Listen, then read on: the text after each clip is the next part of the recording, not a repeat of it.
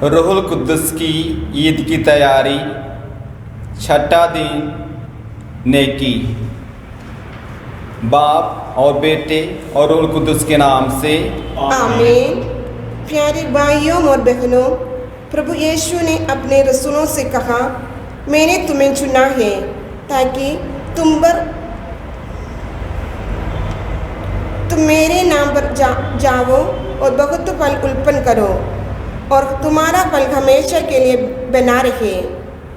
हे रूपा, हम पर उतर आओ, हमें अपनी ताकत से भर दो ताकि हम बहुत सारे फल उत्पन्न करने के लायक बने। हम अपने जिस्मानी और रूहानी तब्दीली के लिए रूहुल कुद्दुस से मदद मांगे। हे रूपा, हम पर उतर आओ और हमें नए, आजाद और वफादार ईमानदारों में बदल दे। अगर हम खुदा के प्यार में जिएंगे तो खुदा की आत्मा जरूर हमें वास करेगी। हे रूपा, हम पर उतर आओ और हमारे दिलों को प्यार करने लायक बना दे। रूहुल कुद्दुस में नई जिंदगी हासिल करने के लिए हमें खुले दिल और हलीम बनना है। हे रूपा, हम पर उतर आओ, हमें पाक और नेक रास्ते पे ले चल। आइए प्यारे भाइयों और बहनों, हम इस नवेना सफ़र में माँ मरियम के साथ चलें, जिसने खुदा के पाक रूप सबसे पहले हासिल किया था और पवित्र आत्मा से भरपूर होकर प्रभु यीशु को जन्म दिया था और अपनी पूरी जिंदगी में तन मन से रूपा की मर्जी पूरी की। सलाम मरियम, खलीली और उम्मीद की मलका, हमें भी हर रोज रूपा की आवाज़ सुनने और उसकी मर्जी के मुताबिक जीने में मदद कर। हे पावन आत्मा तू आ, हे पावन आत्मा तू आ, हे पावन आत्मा तू आ, हे पावन आत्मा तू आ। मुझे वरदान दे दे, जीवन दे दे, हे पावन आत्मा तू आ। मुझे वरदान दे दे, जीवन दे दे, हे पावन आत्मा तू आ। हे पावन आत्मा तू आ, हे पावन आत्मा तू आ। मुझ में प्रेम की बाती जला, प्रेम की बाती जला। मुझ में प्रेम की बाती जला, प्रेम की ज्योति जला। जीवन दाता, मुक्ति प्रदाता, हे पावन आत्मा तू आ। जीवन दाता, शक्ति प्रदाता, हे पावन आत्मा तू आ। हे पावन आत्मा तू आ, हे पावन आत्मा तू आ। प्यारे भाई और बहनों, आज के दिन नेकी के बारे में पाक वचन को सुने, उन्हें दोहराएं और याद करें और उन पर गौर करें। मैं प्रभु के सब उपकारों और उसके महान कार्यों का बखान करूँगा। उसने हमारे लिए क्या क्या नहीं किया। उसने अपनी अनुकंपा तथा अपनी महती कृपा के अनुरूप इस्राएल के घराने के असंख्य उपकार किए। हे प्रभु, तेरी नेकी मेरे नजरों के सामने है और मैं हमेशा तेरी सच्चाई के रास्ते पर चलूँगा। मैंने फ्रेम को चलना सिखाया, मैं उन्हें गोद में उठाया करता था, किंतु वे नहीं समझे कि मैं उनकी देख रेख करता था। मैं उन्हें दया तथा प्रेम की बगडोर से हटाता टहलाता था, जिस तरह कोई बच्चे को उठाकर गले लगाता है, उसी तरह मैं भी उनके साथ व्यवहार करता था। मैं झुककर उन्हें भोजन दिया करता था। हे प्रभु, तेरी नेकी मेरे नजरों के सामने है और मैं हमेशा तेरी सच्चाई के रास्ते पर चलूंगा। प्रभु, तेरी भलाई कितनी अपार है। तू अपने भक्तों के लिए कितना दयालु है। जो तेरी शरण आते हैं तो उन्हें सबके सामने आश्रय देता है। हे प्रभु, तेरी नेकी मेरे नजरों के सामने है और मैं हमेशा तेरी सच्चाई के रास्ते पर चलूंगा। सब पीढ़ियाँ तेरी सृष्टि की प्रशंसा करती और तेरे महान कार्यों का बखान करती है। मैं भी तेरे प्रताप, तेरे ऐश्वर्य और तेरे महान चमत्कारों का बखान करूँगा।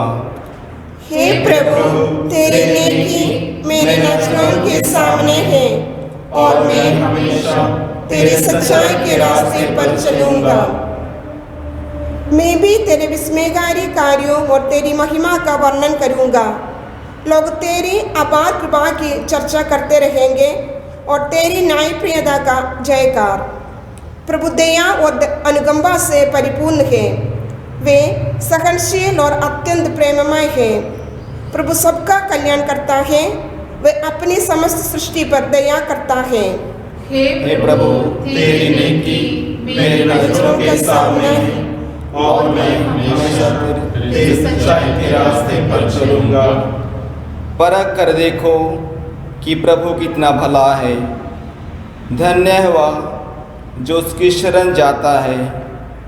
प्रभु भक्तों, प्रभु पर श्रद्धा रखो। श्रद्धालु भक्तों को किसी बात की कमी नहीं। हे प्रभु, तेरी नेकी मेरे नजरों के सामने है और मैं हमेशा तेरी सच्चाई के रास्ते पर चलूंगा। आप लोग पहले अंधकार थे, अब प्रभु के शिष्य होने के नाते ज्योति बन गए हैं। इसलिए ज्योति की संतान की तरह आचरण करें। जहाँ ज्योति है वहाँ पर हर प्रकार की भलाई, धार्मिकता तथा सच्चाई उत्पन्न होती है। आप ये पता लगाते रहे कि प्रभु को कौन सी बात प्रिय है। हे प्रभु, तेरी नेकी मेरे नजरों के सामने है और मैं हमेशा तेरी सच्चाई के रास्ते पर चलूंगा। भाइयों, मुझे दृढ़ विश्वास है कि आप लोग सद्भाव और हर प्रकार के ज्ञान से परिपूर्ण होकर एक दूसरे को सत्परामर्श देने योग्य हैं। हे प्रभु, तेरी नेकी मेरे नजरों के सामने है और मैं हमेशा तेरी सच्चाई के रास्ते पर चलूंगा। संत मरकुस की अंजील 7:32 से 37 तक। लोग एक बहरे गूंगे को उनके पास ले आए और उन्होंने ये प्रार्थना की कि आप उस पर हाथ रख दीजिए। ईसा ने उससे भीड़ से अलग एकांत में ले जाकर उसके कानों में अपनी उंगलियां डाल दी और उसकी जीभ पर अपना धूप लगाया। फिर आकाश की ओर आंखें उठाकर उन्होंने आँख भरी और उससे कहा, एफाता, अर्थात खुल जा। उसी क्षण उसके कान खुल गए और उसके जीभ का बंधन छूट गया, जिससे वह अच्छी तरह बोला। ईसा ने लोगों को आदेश दिया कि वे ये बात किसी से नहीं कहें, परंतु वे जितना ही मना करते थे लोग उतना ही इसका प्रचार करते थे। लोगों के आश्चर्य की सीमा न रही। वे कहते थे, वे जो कुछ करते हैं अच्छा ही करते हैं। वे बकरों को कान और गूंगे को वाणी देते हैं। आइए हम संत मैक्सिमिलियन कोलबेक की रूहानी गवाही सुने। प्यारे भाई और बहनों, खुदा की नेकी और उसके महानता पर विचार करें। खुदा ने न सिर्फ दुनिया को बनाने में और सब कुछ हमारे लिए तैयार करने में नेकी और महानता दिखाया, बल्कि आपको और मुझे बनाने में और हमें आज तक संभालने में और हमारे गलतियों और बुराइयों के बावजूद हमें प्यार करने में, हमें माफ़ करने में और हमारे साथ सब्र करने में अपना महानता दिखाया है। और खुदा हम सबको बुलाता है कि हम अपने अंदर छुपे हुए खुदा की नेकी और उसके महानता को अपनी ज़िंदगी में जाहिर करें और उसे जीने के लिए रोज़ कोशिश करें।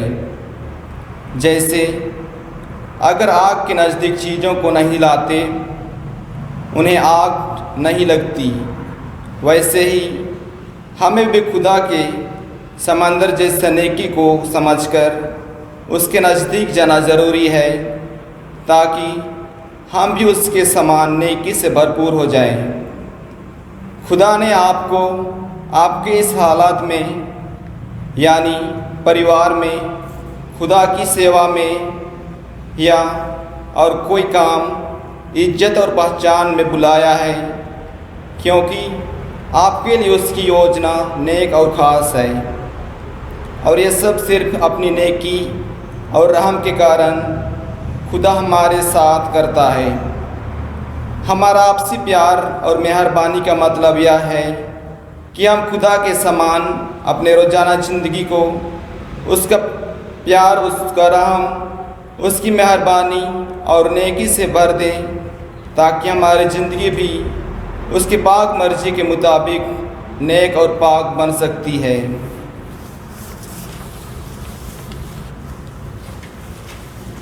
आइए खुदा की नेकी पर विचार करने के बाद आज के रूहानी तैयारी के अंत में अपने सारे ज़रूरतों को, मतलबों को, रूहानी रुकावटों को खुदा के हवाले करें और एक दूसरे के लिए दुआ करें और कहें, ए हमारे बाप, तू जो आसमान पर है, तेरा नाम पाक माना जाए, तेरी बादशाही आए, तेरी मर्जी जैसे आसमान पर पूरी होती है ज़मीन पर भी हो। हमारे रोज़ाना की रोटी आज हमें दे, और जिस तरह हम अपने कर्जदारों को बख्शते हैं, तू हमारे कर्ज हमें बख्श, हमें आजमाइश न पड़ने दे, बल्कि बुराई से बचा। आमीन। सलाम मरियम, फुरफसल, खुदा तेरे साथ है, तू औरतों में मुबारक है और मुबारक तेरे पेट का फल यीशु। ए मुक़द्दसा मरियम, खुदा की माँ, हम गुनहगारों के वास्ते दुआ कर, अब और हमारी मौत के वक्त। आमीन। जनाब बाप और बेटे और रूहुल कुदस का हो,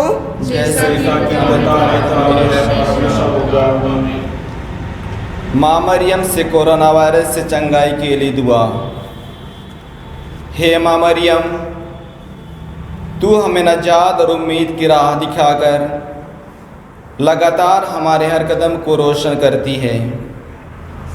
हम अपने परिवारों को और दुनिया भर की कोरोना वायरस से पीड़ित भाई बहनों को तेरे हाथों में सौंपते हैं, जो अपनी ज़िंदगी के सलीबी सफ़र में ईमान और सब्र के साथ तेरे बेटे के साथ जुड़े हैं।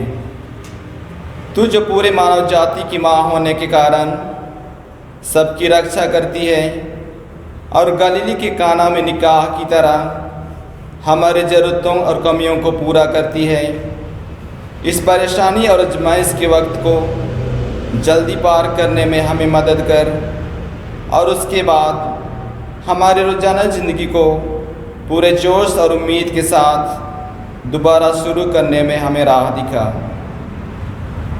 ए खुदा की पाक माँ, हमें अपने आप को खुदा बाप की पाक मर्जी के हवाले करने और हर काम में प्रभु यीशु मसीह के कहने के मुताबिक जीने में हमें मदद कर, क्योंकि उसने हमारे हर दुख, दर्द और परेशानियों को अपने ऊपर उठा लिया और सलीब के जरिए हमें बचाने कुर्बान हुआ और मुर्दों में से जी उठा, ताकि हम भी हमेशा हर मौत से जिंदा हो जाए। आमीन।